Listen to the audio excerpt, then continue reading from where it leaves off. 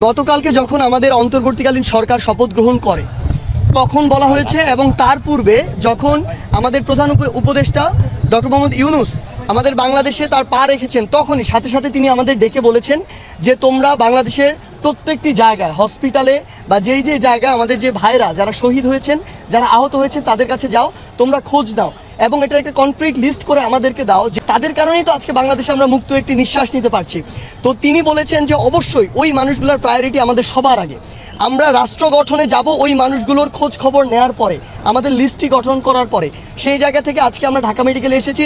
আমাদের সমন্বয়ক টিমের বিভিন্ন অংশ বিভিন্ন জায়গায় অলরেডি যাওয়া শুরু করেছেন এবং যাবেন। আমরা স্পষ্ট করে আপনাদের মাধ্যমে জানিয়ে দিতে চাই, আমাদের যে ভাইরা যাদের আমরা এতদিন যতটুকু খোঁজ নেওয়া প্রয়োজন ছিল আমরা নিতে পারিনি, আজ থেকে সে ভাইদের দায়িত্ব আমরা নিচ্ছি। সে ভাইদের দায়িত্ব এই রাষ্ট্র নিবে, কারণ আজকে তাদের এই অবস্থা শুধুমাত্র এই রাষ্ট্র বিনির্মাণের এই যে যুদ্ধ হয়েছে সেই যুদ্ধে অংশগ্রহণ করার জন্য। তারা এই 24-এর যুদ্ধের এক একজন শহীদ, এক একজন যোদ্ধা, এক একজন তারা তাদের জায়গা থেকে নেতা। আমরা শুধু এগুলো সমন্বয় করেছি, কিন্তু তারা জীবন দিয়েছে বলে আমাদের রক্তে ওই তাড়নাটা এসেছে যে না, আমাদের কিছু করতে হবে, আমরা রাজপথে নেমেছি। আমরা স্পষ্ট করে বলতে চাই যে আমরা বরাবরই অসংখ্য শো অফ দেখেছি রাজনীতির মাঠে, আসলে যে আসা হয় কয়েকজনকে দেখে চলে আসা হয়, আমরা সেটি করতে আসিনি। আমরা আপনাদেরকে শুধু আমাদের বার্তাটি জানিয়ে দিলাম, আপনারা এখন আপনাদের জায়গা থেকে এইখানে যে ভিড়টি হচ্ছে এটি আমরা প্রত্যাশা করি না একটা মেডিকেল কলেজের সামনে ভিড়টি হোক, সেই জায়গা থেকে আমরা ছোট্ট করে টিম ভাগ করে দিব।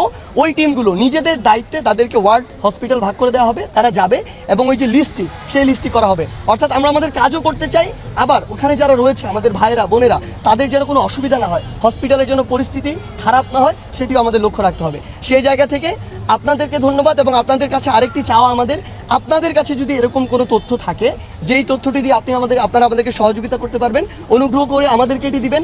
আমরা কথা দিচ্ছি আমাদের ভাইরা সুস্থ হয়ে বাড়ি না যাওয়া পর্যন্ত আমাদের এই যে রাজপথে নেমে আসা ভাইদের খোঁজে বোনদের খোঁজে সেটি থামবে না।